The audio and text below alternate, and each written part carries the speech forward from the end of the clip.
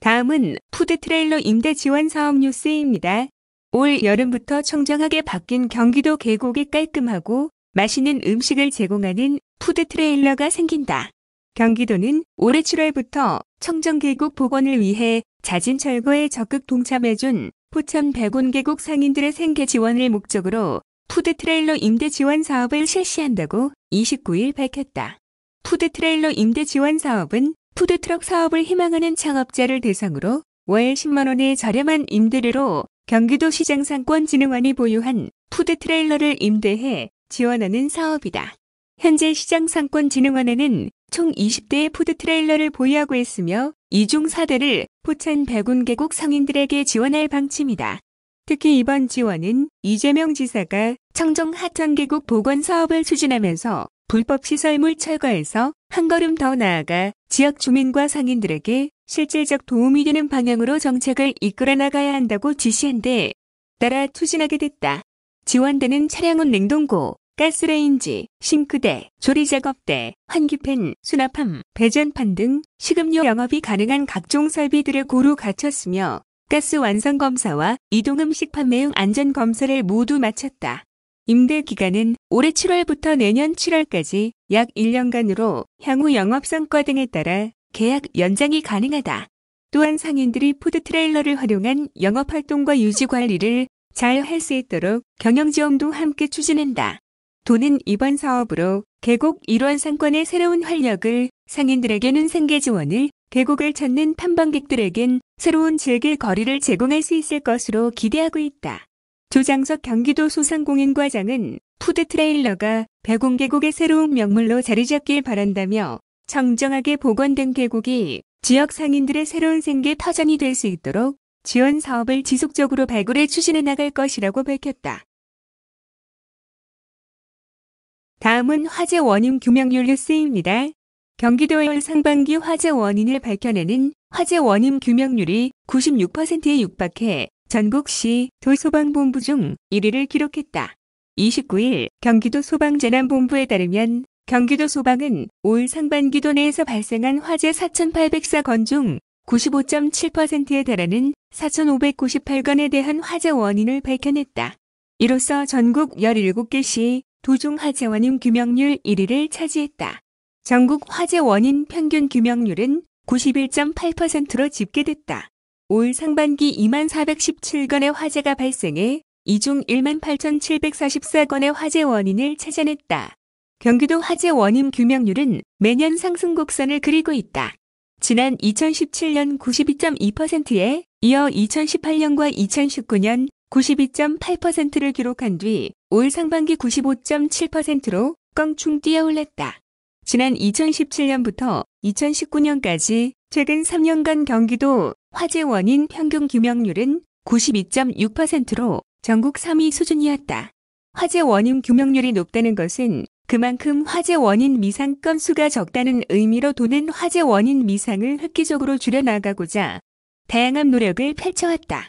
우선 지난 2013년부터 공학 분야석, 박사 등 전문 인력을 꾸준히 늘려왔다. 2013년부터 지난해까지 전문 인력 162명을 채용했고 올해 50명 채용을 진행 중이다.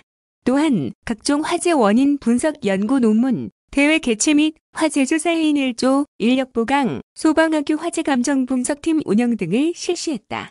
특히 소방공무원 인력 충원은 이재명 경기도지사의 대표 공약 중 하나로 인력 충원이 소방 발전에 큰 효과를 주고 있는 것으로 도는 분석하고 있다. 김성곤 경기도 소방재난본부 재난대응과장은 화재 조사 원인 규명률을 끌어올리는 것은 화재 피해를 입은 도민들이 조속히 생업에 복귀하는 데 큰 도움을 준다며 앞으로도 꾸준한 노력을 통해 원인 미상 화재의 규명률을 지속적으로 높여나가겠다고 말했다. 다음은 경기도 집합건물관리지원단 맞춤형 현장 자문 뉴스입니다. 경기도는 오피스텔이나 상가 등 집합건물에 민간 전문가들이 직접 방문해 관리 문제에 대해 무료로 자문하는 집합건물관리지원단을 운영 중이라고 29일 밝혔다. 집합건물관리지원단은 변호사, 회계사, 주택관리사, 건축사, 노무사 등 각 분야 전문가 30명으로 이뤄져 있다. 도는 집합건물 관리에 어려움을 겪는 관리인, 구분 소유자 또는 점유자를 대상으로 관리비 및 회계 운영, 규약, 시설 안전, 노무 등 건물 관리에 대한 자문 서비스를 지난 3월 시작해 상반기 기준 총 24회 제공했다. 오피스텔에서는 입주 초기 입주민이 관리를 개시하기 전에 시행사가 특정 관리업체와 계약해 입주민에게 관리비 세부 내역을 비공개하고 장기 독점 관리를 위해 관리당 집회 개최를 방해하는 등의 행위로 입주민의 권리를 침해한다는 신청 내용이 많았다. 이에 지원단에서는 집회 서면 결의서, 대리인 위임장 등 증빙 서류의 유효성을 검토하고 관리 주체 변경을 위한 적법한 관리인 선임 절차를 자문해 오피스텔 입주민이 적법한 관리당 집회를 개최할 수 있도록 도움을 주었다. 상가의 경우 관리업체에서 입점 점주에게 공실의 공용부 관리비를 부과하고 미납 관리비 연체료를 관리업체 수입으로 책정하는 등 관리비를 불투명하게 운영해 입점 점주에게 피해를 준다는 지원 신청이 주로 접수됐다. 지원단은 상가 입점 점주 및 관리인에게 관행적으로 부당 부과된 관리비를 바로잡기 위한 관리당 집회 결의 절차와 관리업체에 대한 법적 대응 방법에 대해 자문 지원했다. 도는 이처럼 관리에 어려움이 있는 입주민 또는 관리인의 지원 신청이 접수되면 건물 관리 현황을 사전 검토 후 각 분야 전문가로 구성된 지원단과 함께 현장에 직접 찾아가 필요한 법률 자문을 해주며 신청인들의 호응을 얻고 있다. 하지만 현행법상 지자체에 조사, 처분 권한이 없어 집합 건물의 주요 갈등 원인인 관리비 비공개 및 과다 부과 의혹에 대해 해소되지 않아 근본적인 집합건물법 개정이 필요하다는 현장의 목소리도 있다. 홍지선 경기도 도시주택실장은 입주민이 자신의 권리를 적법하게 행사해 건물 관리 분쟁을 최소화할 수 있도록 집합건물 관리 지원단 지원을 확대할 계획이라며 경기도 차원에서 현재 공공의 역할을 확대할 수 있는 방안에 대해 학술 연구 용역을 실시하고 있으며 장기적으로 제도 개선을 위해 노력하겠다고 말했다. 도는 올해 하반기에도 약 50회 집합건물 관리 지원을 시행할 예정이다.